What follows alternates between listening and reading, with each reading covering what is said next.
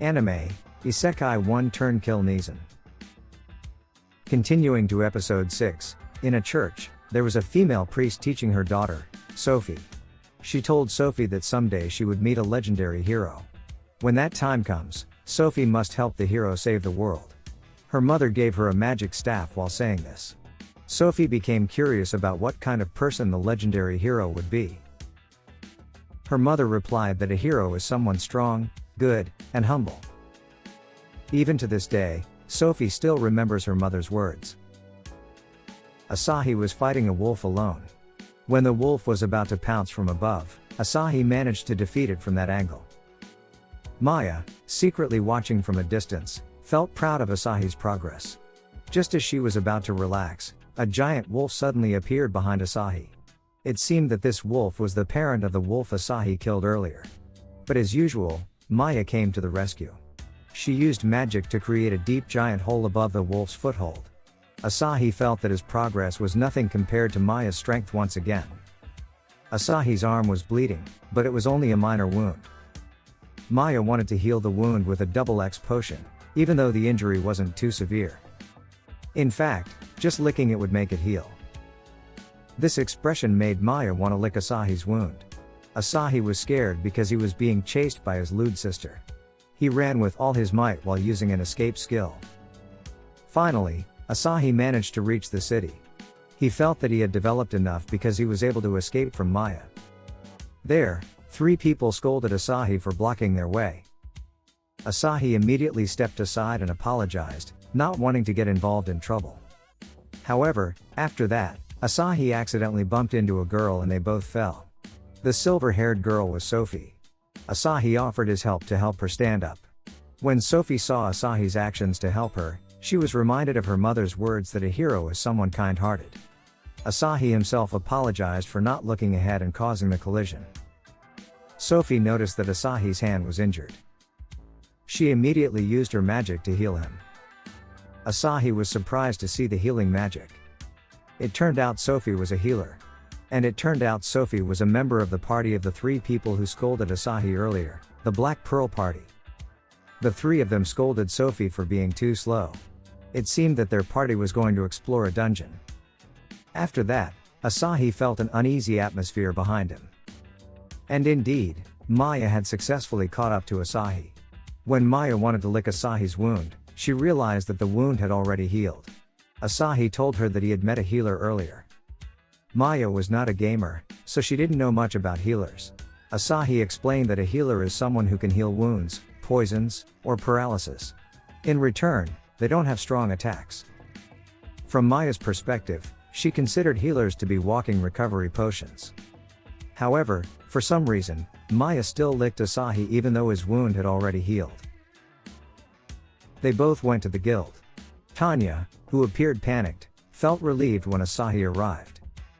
Without hesitation, Tanya asked Asahi to rescue their party members who hadn't returned from the dungeon. She explained that there was a rumor about a dungeon at the foot of the mountain that held abundant treasures. Many adventurers went there because of that. However, due to the powerful monsters there, the adventurers chose to retreat. However, there was still one party that hadn't returned. That party was called the Black Pearl. Asahi recognized that it was Sophie's party. At the moment, Sophie was trying to escape from the monsters. Her party members had been swallowed by giant plant monsters.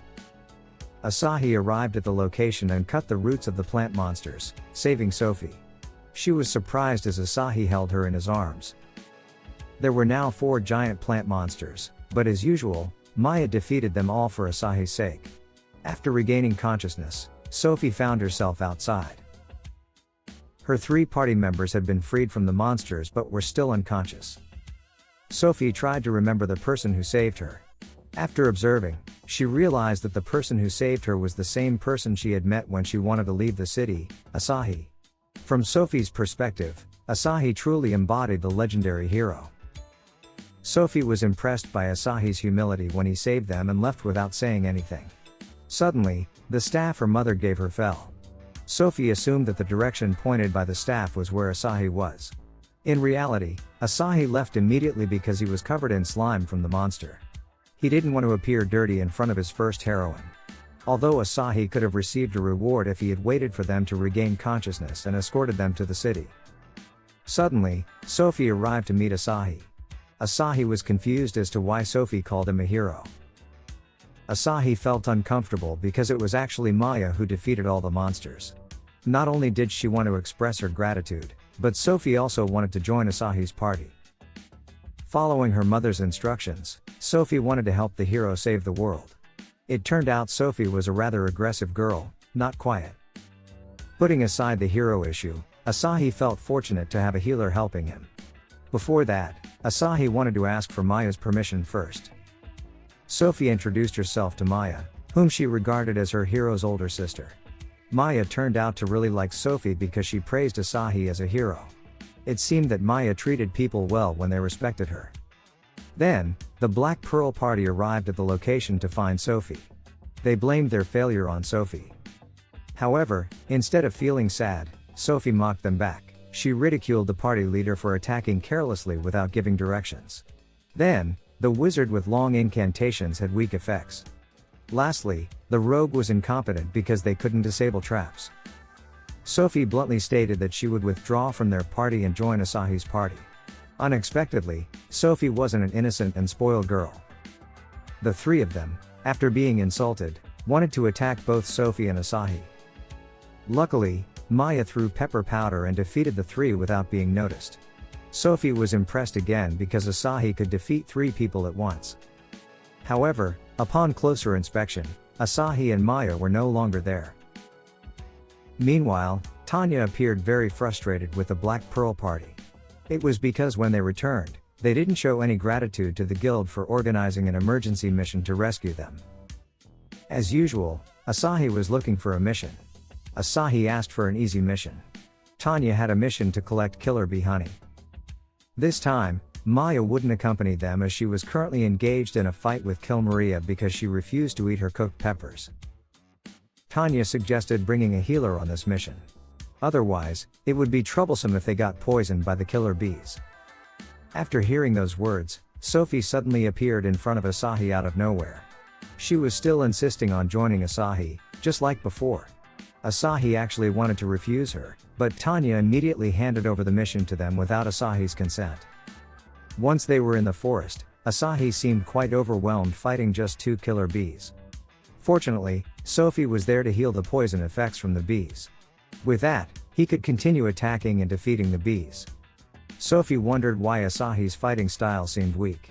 She believed that Asahi was stronger than that because she considered him the one who defeated the plant monster and the Black Pearl party.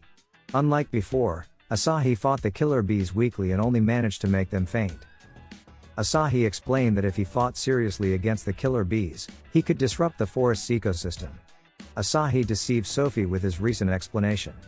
After some time, they managed to gather 10 honey, only half left to collect.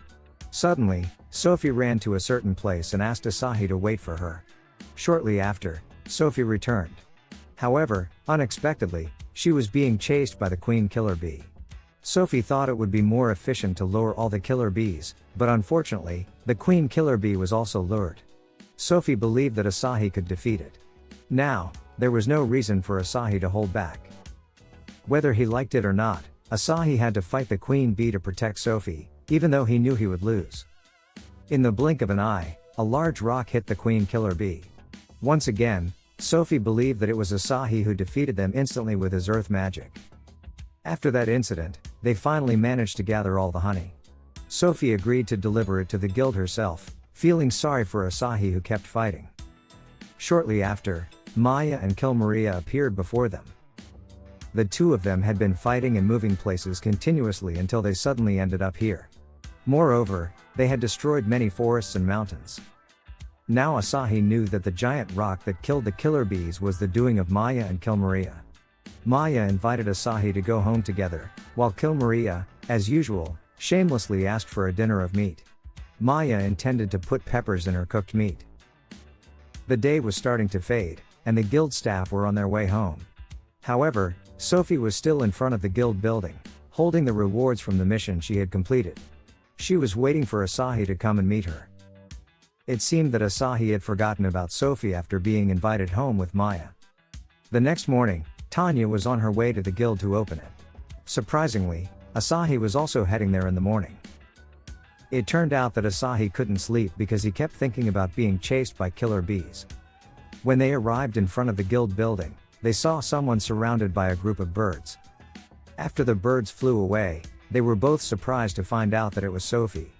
Throughout the night, Sophie had faithfully waited for Asahi to come and meet her. She didn't have any negative thoughts about Asahi taking a long time. She simply assumed that Asahi had more important matters to attend to. Asahi, of course, felt extremely guilty. He sincerely apologized to Sophie. This is the end of episode 6. Thank you so much for watching. Don't forget to subscribe so you won't miss part 7 of this series recap.